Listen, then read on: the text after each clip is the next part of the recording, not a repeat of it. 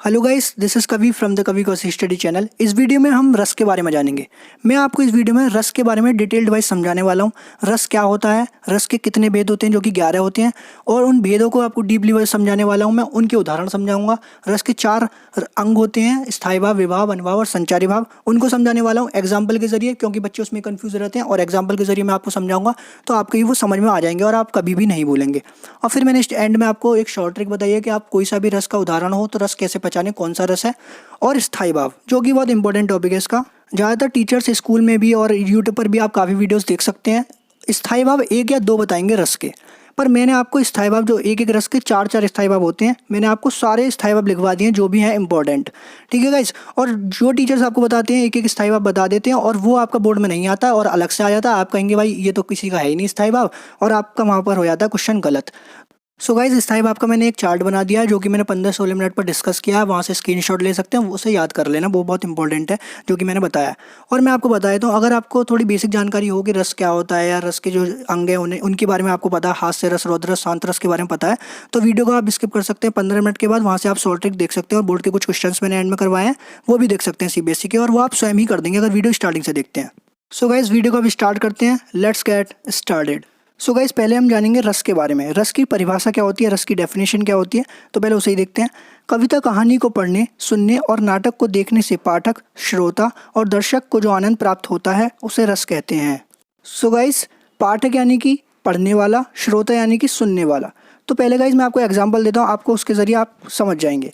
जैसे कि मैं आपसे कहता हूँ, आप कोई कविता पढ़िए या फिर कोई कहानी पढ़िए और आपको उससे पढ़कर हंसी आ जाए। आपको हंसी आई है, मतलब आनंद किसका हुआ है, आपको हंसने का, तो वहाँ पर हास्य रस होगा। आई होप गाइस आपको रस का कॉन्सेप्ट समझ में आ गया होगा कि रस होता क्या है। जो भी आप पढ़कर, सुनकर, जो भी आपको आनंद प्राप्त होता है, डर लगता है आपको किसी चीज़ को देखकर, या फिर आप हंसते हैं, तो जो भी ये सब क्रिया हो रही है उस वहाँ पर आपका क्या है, रस है। और रस के पार्ट्स होंगे वो मैं आपको अभी बताने वाला हूँ, इस वीडियो में बने रहिए। तो पहले मैं आपको बता देता हूँ रस के भेद कितने होते हैं। रस के भेद होते हैं 11, कुछ बोलते हैं 9 होते हैं, पर बाद में 2 ऐड कर दिए गए हैं, तो 11 होते हैं टोटल। और आपको 11 के 11 मैं आपको इस वीडियो में बताने वाला हूँ।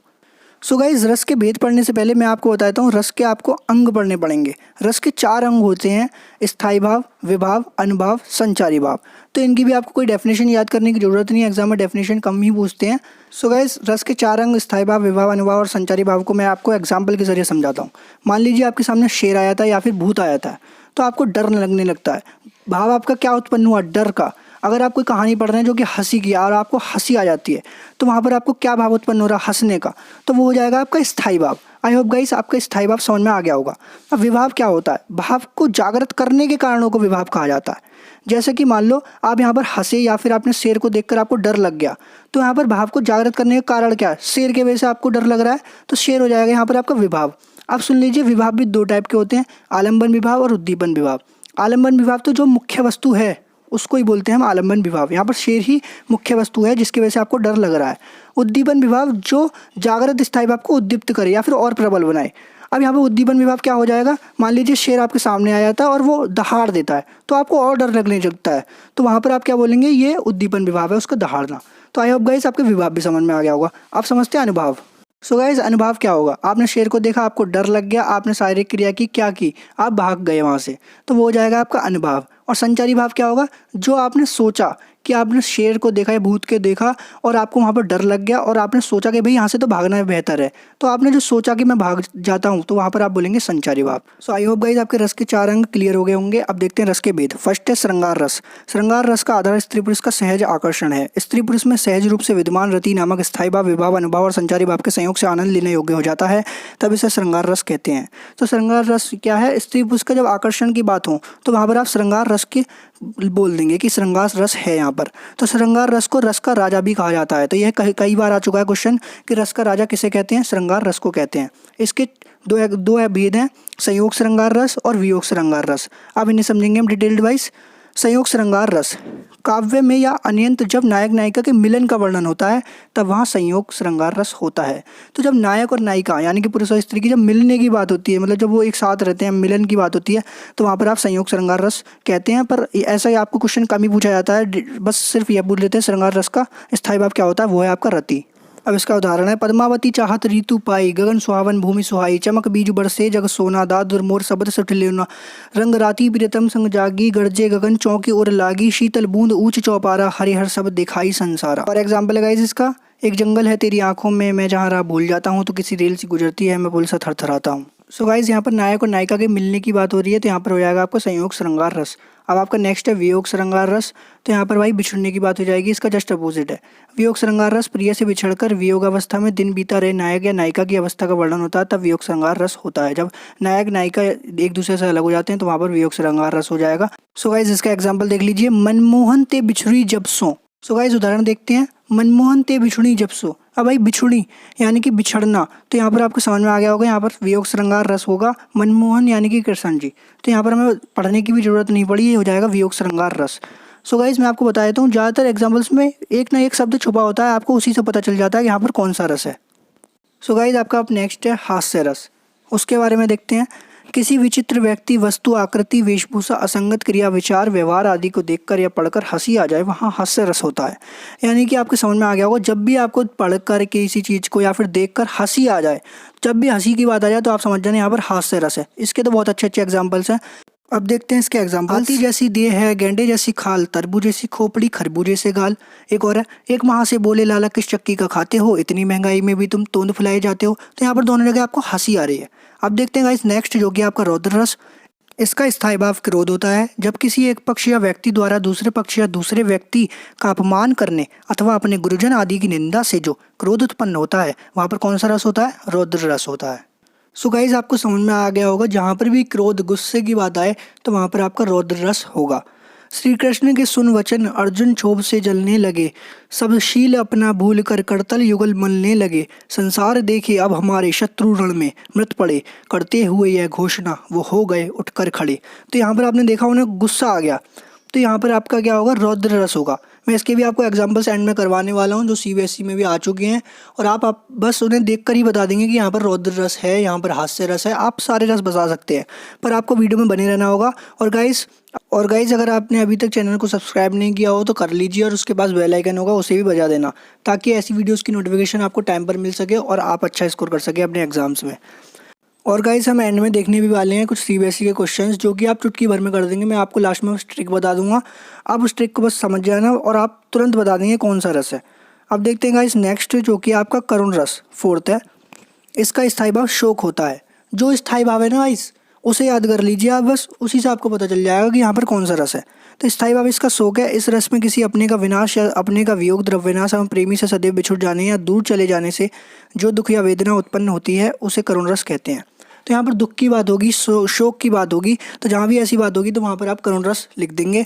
इसका एग्जाम्पल है, अरे कोई यह दिन पुकार कहीं यदि सुनता हो कोई, मुझे दिखला दे मेरा प्राण, जगा दे फिर किस्मत सोई। तो यहाँ पर वो दुख है, उसे शोक है, भाई मेरी किस्मत बेकार है, मेरी किस्मत भाई चमका दे कोई। तो यहाँ पर उसे शोक है, तो यहाँ पर कौन सा रस होगा गाइस? करुण रस होगा। और एंड में हम एग्जाम्पल्स भी देखने वाले हैं, बस आपको इस वीडियो में बने रहना होगा। और अभी तक वीडियो लाइक नहीं करी हो तो लाइक कर दीजिए।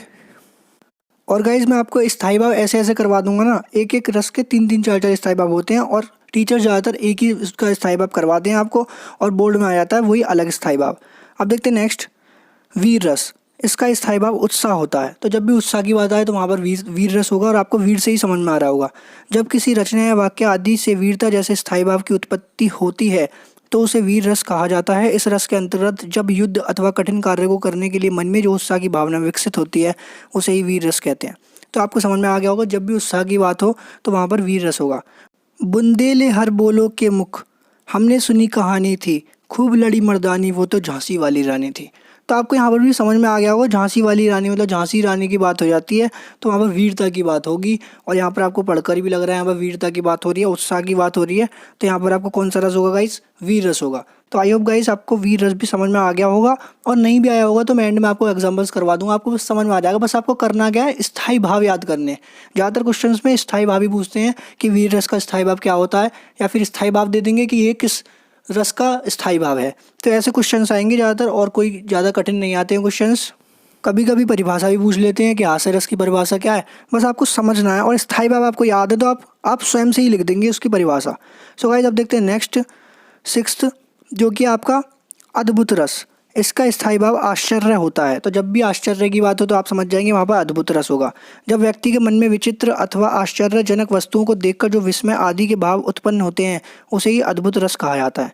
मतलब जब भी विस्मय आश्चर्य हो तो वहाँ पर आप क्या बोलेंगे, अद्भुत रस है। एग्जाम्पल देखते हैं। देख यशोदा शिशु के मुख में सकल विश्व की माया, क्षण भर को वह बनी अचेतन हिल ना सकी कोमल काया।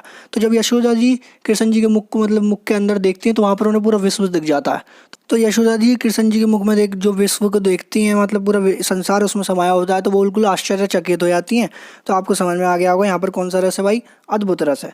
तो बस आपको स्थायी भाव पकड़ लेना है। स्थायी भाव आपके पास मन में होने चाहिए, तुरंत बता दें। अद्भुत रस का स्थायी भाव क्या होता है भाई, अचानक आश्चर्य होता है। तो आप समझ जाएंगे जब भी आश्चर्य की बात हो जाती है तो वहाँ पर आपका अद्भुत रस होगा। बस आपको स्थायी भाव लर्न करने हैं, बाकी आपको कुछ भी नहीं करना। बस आपको पढ़ते ही समझ में आ जाएगा भाई कौन सा रस है। कोई हार्ड नहीं पूछते हैं, बहुत आसान से एग्जाम्पल देते हैं वो, और वो आप बस देख कर ही बता सकते हैं, और उनके अंदर ही छिपा होता है। सो गाइस अब देखते हैं नेक्स्ट, जो कि आपका विभत्स रस। विभत्स रस, इसका स्थायी भाव जुगुप्सा होता है। घृणित वस्तुओं, घृणित चीज़ों या घृणित व्यक्ति को देखकर या उनके संबंध में विचार करके या उनके संबंध में सुनकर मन में उत्पन्न होने वाली घृणा या ग्लानि ही विभत्स रस कहलाती है। तो आपको समझ में आ गया हो विभत्स रस का क्या मतलब। जब भी आपको किसी चीज़ को देख कर या फिर सुनकर मतलब घृणा से ही हो जाती है, ग्लानि, जुगुप्सा, इसके 3 स्थायी भाव है। यहाँ पर बस मैंने एक लिखा है स्थायी भाव जुगुप्सा होता है। मैंने एंड में पूरे स्थायी भाव की एक लिस्ट बनाकर रख दी है, वहाँ पर आपको बस वो स्थायी भाव लर्न कर लेने हैं। तो एक एक के 3-3, 4-4 स्थायी भाव होते हैं, वो मैंने आपको एंड में बताए हैं, जो कि ज़्यादातर कोई भी टीचर नहीं बताता है। और आप और भी वीडियोज़ चेक कर सकते हैं यूट्यूब पर, अगर उन्होंने बताया हो तो प्लीज़ मेरे को कमेंट करके बता देना, क्योंकि वो भी 1 या 2 ही स्थायी भाव बता सकते हैं और बताते हैं ज़्यादातर मोस्टली। और मैंने आपको सारे स्थायी भाव करवा दिए हैं इस वीडियो में। तो अब पहले इसका एग्जाम्पल देखते हैं। हाथ में घाव थे 4, थी उनमें मवाद भरमार, मक्खी उन पर भिनक रही थी, कुछ पाने को टूट पड़ी थी, उसी हाथ से कौर उठाता, घृणा से मेरा मन भर जाता। तो यहाँ पर तो घृणा ही आ गई, और आपको समझ में भी आ रहा है घाव थे हाथ में, उसमें मवाद था, तो वहाँ पर आपको समझ में आ गया होगा यहाँ पे आपको घृणा हो रही है, मतलब बड़ा अजीब सा लग रहा है। तो यहाँ पर क्या कौन सा रस होगा, विभत्स रस होगा। सो गाइस अब देखते हैं नेक्स्ट, जो कि आपका भयानक रस। इसका स्थायी भाव भय होता है, मतलब जब डर की बात हो जाए तो आप समझ जाएंगे यहाँ पर भयानक रस है। पर अभी से पढ़ लीजिए इसकी डेफिनेशन। जब किसी भयानक या बुरे व्यक्ति या वस्तु को देखने या उससे संबंधित वर्णन करने या किसी दुखद घटना का स्मरण करने से मन में जो व्याकुलता अर्थात परेशानी उत्पन्न होती है उसे भय कहते हैं। उस भय के उत्पन्न होने से जिस रस की उत्पत्ति होती है उसे भयानक रस कहते हैं। अब आपको समझ में आ गया होगा, कोई परिभाषा देखने की जरूरत नहीं, बस आपको स्थायी भाव लर्न होना चाहिए। भयानक रस का स्थायी भाव क्या, भय, डर। तो जब भी डर की बात हो जाए तो आप समझ जाएंगे यहाँ पर कौन सा रस है, भयानक रस है। अब इसका देखते हैं गाइस उदाहरण। अखिल यौवन के रंग उभार, हड्डियों के हिलाते कंकाल, कचों के चिकने काले, व्याल कैंचुली कांस से बार। सो गाइस ये तो थोड़ा हार्ड सा एग्जाम्पल था, एक और एग्जाम्पल देता हूँ। एक और अजगर लखी, एक और मृगराय, विकट बटोही बीच ही, परियों मूर्छा खाए। मतलब एक तरफ तो अजगर है, एक तरफ मतलब मगरमच्छ है। अब भाई बीच में बंदा फंस चुका है, अब ऐसा लग रहा है वो बेहोशी हो जाएगा मतलब। तो यहाँ पर भय मतलब डर है वहाँ उसको, कि एक तरफ तो भाई अजगर है और बेचारा वो बीच में फंस गया, और एक तरफ मगरमच्छ है, तो वो वहाँ पर डर चुका है, और यहाँ पर भयानक रस होता है। तो आई होप आपको समझ में आ गया होगा भयानक रस कहाँ पर होगा, जहाँ पर भय की बात हो, डर की बात हो, तो वहाँ पर आपका होगा भयानक रस। सो गाइस अब देखते हैं नेक्स्ट, जो कि आपका शांत रस। इसका स्थायी भाव निर्वेद, उदासीनता, सम, और 1-2 और हैं, वो मैं आपको एंड में बताने वाला हूँ। स्थायी भाव जब मैं आपको लर्न करवाऊंगा तो आप देख लेना, वहाँ पे इसके 3-4 स्थायी भाव होते हैं, और एग्जाम में कोई सा भी पूछ सकता है। मोक्ष और अध्यात्म की भावना से जिस रस की उत्पत्ति होती है उसको शांत रस नाम देना संभाव्य है। इस रस में तत्व ज्ञान की प्राप्ति अथवा संसार से वैराग्य होने पर, परमात्मा के वास्तविक रूप का ज्ञान होने पर मन को जो शांति मिलती है, वहाँ शांत रस की उत्पत्ति होती है, जहाँ ना दुख होता है ना द्वेष होता है। तो आपको समझ में आ गया होगा यहाँ पर शांति की बात हो रही है। जब भी कोई इंसान परमात्मा की ध्यान रखता है उसे मतलब उससे वो हो जाता है, ना तो कोई दुख से लेना देना है ना ही सुख से, मतलब बस शांति चाहिए भाई, बस परमात्मा में विलीन हो गए हैं, बस हमें शांति चाहिए, मतलब इस मोह माया से वो हट चुके हैं। तो आपको समझ में आ गया होगा जब भी शांति की बात हो तो वहाँ पर होगा आपका शांत रस। और क्वेश्चन पूछ लेता है कि यह स्थायी भाव किस रस का है, अब यहीं पर पूछ लेता है सम स्थायी भाव किस रस का है, तो आपने पढ़ा है भाई निर्वेद, ज़्यादातर टीचर्स यही बताते हैं, और यूट्यूब पर आप वीडियो भी देख लेना, वो भी निर्वेद बताएंगे या वैराग्य बता देंगे। पर आपको पता ही नहीं है कि सम किसका होता है, तो सम भी शांत रस का ही होता है, और यहीं यहाँ पर आपका क्वेश्चन आया था गलत। पर कोई दिक्कत लेने की जरूरत नहीं, मैं एंड में बता ही दूंगा आपको। तो इसका एग्जाम्पल देख लो। जब मैं था तब हरी नाही, अब हरी है मैं नाही, सब अंधियारा मिट गया जब दीपक देखा माही। ईजी एग्जाम्पल बताता हूँ। ए मालिक तेरे बंदे हम, ऐसे हो हमारे करम, नेकी पर चले और बदी से टले। तो आपको समझ में आ रहा हो यहाँ पे शांति की बात हो रही है, यहाँ मतलब बस शांति चाहिए। तो आप वहाँ पर कौन सा रस होगा? शांत रस होगा। अब देखते हैं नेक्स्ट, वात्सल्य रस। इसका स्थायी भाव वात्सल्यता, अनुराग होता है, और भी होते हैं, इनमें बताने वाला हूँ मैं। माता का पुत्र के प्रति प्रेम, बड़ों का बच्चों के प्रति प्रेम, गुरुओं का शिष्य के प्रति प्रेम, बड़े भाई का छोटे भाई के प्रति प्रेम आदि का भाव स्नेह कहलाता है। यही स्नेह का भाव परिपुष्ट होकर वात्सल्य रस कहलाता है।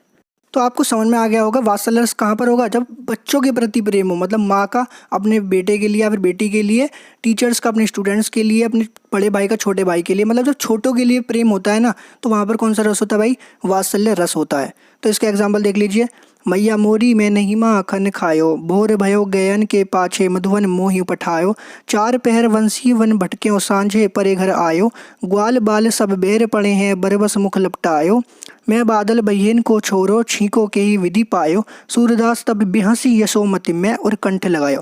तो यहाँ पर आपको पता, मैया मोरी मैं नहीं माखन खायो, कृष्ण जी कह रहे हैं अपनी मैया से मैंने नहीं खाया माखन। तो आपको यहाँ पर तो पहले ही पता चल गया होगा भाई, यहाँ बच्चे की बात हो रही है, मैया का अपने बेटे के प्रति प्रेम की बात हो रही है। तो यहाँ पर कौन सा रस होगा?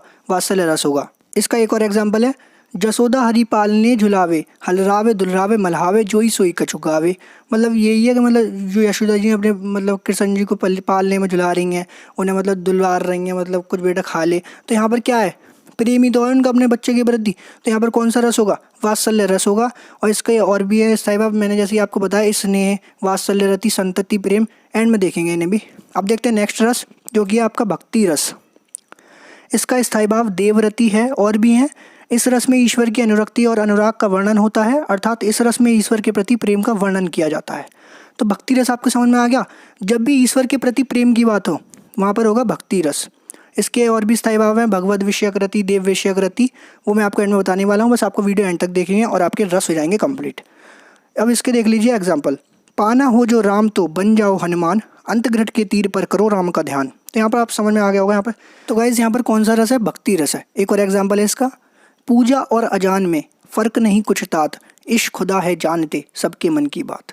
तो यहाँ पर भी आपने देखा, यहाँ पर पूजा अजान मतलब पूजा और अजान की बात हो रही है। तो यहाँ पर भक्ति रस मतलब ईश्वर और अल्लाह के बारे में बात हो रही है। तो यहाँ पर मतलब भक्ति की बात हो रही है, मतलब जो धैर्य करते हैं, मतलब ईश्वर के प्रति जो प्रेम होता है, तो वहाँ पर कौन सा रस होता है? भक्ति रस होता है। तो उदाहरण से आपको समझ में आ गया होगा। अब ऐसे ही आसान से एग्जाम्पल आते हैं, रस के क्वेश्चंस भी इतने आसान पूछे जाते हैं, आप बस स्वयं से ही बता देंगे, कोई डर की कोई बात नहीं है, भयानक रस लेने की आपको कोई बात है ही नहीं। बस आपको पढ़ना है और इसके स्थायी भाव आपको लर्न होने चाहिए, आप तुरंत बता देंगे कौन सा रस है। एग्जाम्पल्स ज़्यादा आसान आते ही हैं, ज़्यादा हार्ड भी नहीं आते, उसमें एग्जाम्पल्स में कहीं ना कहीं हिंट होती है। मैं आपको बस यही सजेस्ट करूँगा कि आप 3-4 बार उदाहरण को पढ़ना, वहाँ पर कोई ना कोई आपको हिंट मिल जाएगी और आप बता देंगे वहाँ पर कौन सा रस है। जैसे कि मैंने आपको बताया था, भयानक रस में भय की डर की बात होगी, तो वहाँ पर कुछ ना कुछ शब्द आ ही जाएगा भय वाला। अब देखते हैं गाइस स्थायी भाव। सो गाइस अब आता है मोस्ट इंपॉर्टेंट टॉपिक, जो कि मैं आपको स्टार्टिंग से बताता आ रहा हूँ, रस और उसके स्थायी भाव। फर्स्ट है आपका श्रृंगार रस। आप इसका स्क्रीनशॉट ले सकते हैं और आपको ये लर्न कर लेना, ध्यान से ये याद कर लेना, कोई ज़्यादा दिक्कत नहीं है, 1-2 नंबर तो आपको मिल ही जाएंगे, नहीं भी याद करके जाएंगे तो। श्रृंगार रस, इसका स्थायी भाव है रति। सेकंड है वीर रस, इसका स्थायी भाव है उत्साह। करुण रस शोक, हास्य रस हास या हंसी, रौद्र रस क्रोध, शांत रस सम वैराग्य निर्वेद वीत राग। देखा आपने, शांत रस के कितने 4 है, कुछ लोग बताते हैं वैराग्य सम, कुछ बताते हैं निर्वेद या वैराग्य, वीत राग बता देंगे कुछ लोग, मतलब पूरा कोई नहीं बताता। आप वीडियो चेक कर सकते हैं यूट्यूब पर, मैं एक गारंटी ले रहा हूँ। नेक्स्ट है आपका भयानक रस, इसका भय है डर। विभत्स रस घृणा ग्लानि जुगुप्सा। अद्भुत रस विस्मय आश्चर्य अचानक। वात्सल्य रस बालरति वत्सलता। स्नेह वात्सल्य रति संतति प्रेम। तो यहाँ पर देखा आपने वात्सल्य रस के कितने वो हैं स्थायी भाव। नेक्स्ट है भक्ति रस, अनुराग देव विषयक रति भगवद विषयक रति। सो गाइस अब आपके समझ में आ गया होगा, बस आपको स्थायी भाव याद करने हैं और आपको ज़्यादा से ज़्यादा 2 या 3 नंबर के तो आप कर ही आएंगे, क्योंकि उसमें 4 नंबर का कुल पूछता है और 2 नंबर आपको यहीं मिल जाएंगे, क्योंकि स्थायी भाव पर ही ज़्यादातर क्वेश्चन पूछे जाते हैं। तो बस ये आपको याद कर लेनी है, तो इन्हें लिख लीजिए किसी नोटबुक में अपने और उन्हें रोज़ रिवाइज करते रहिए, या फिर स्क्रीनशॉट ले लीजिए, उसमें से याद कर सकते हैं गाइस आप। अब आते हैं बहुत मोस्ट इंपॉर्टेंट टॉपिक, फिर से बोलूँगा कि आपको अब मैं दिखाता हूँ सीबीएसई बोर्ड के जो क्वेश्चंस आ चुके हैं, और उन्हें मैं नहीं करूँगा आप करेंगे, क्योंकि वो बहुत ईजी होते हैं। अब मैं आपको दिखाता हूँ सीबीएसई बोर्ड के क्वेश्चंस जो कि 2020 में आए थे। सो गाइस आप देख सकते हैं ऐसा क्वेश्चन आएगा आपका सीबीएसई बोर्ड में, निम्नलिखित प्रश्नों में से किन्हीं 4 के उत्तर लिखिए। अब यहाँ पर आपको छूट भी मिल जाती है, 5 में से एक आपको अगर नहीं पता होगा तो आप 4 करने बस। तो पहला है देखो, निम्नलिखित काव्य पंक्तियों में से रस पहचान कर लिखिए। देखिए आपका उदाहरण आ गया, आपको रस बताना है, मैं नहीं बताऊंगा आप बताएंगे। हाथी जैसी देह है, गेंडे जैसी खाल, तरबूज जैसी खोपड़ी, खरबूज जैसे गाल। अब आपको समझ में आ गया होगा यहाँ पर कौन सा रस है गाइस, आप बताइए, हास्य रस है। यहाँ पर आपको हंसी आ गई इसे पढ़कर। अब देखते हैं नेक्स्ट। सो गाइस आपका नेक्स्ट क्वेश्चन है, अद्भुत रस का एक उदाहरण लिखिए।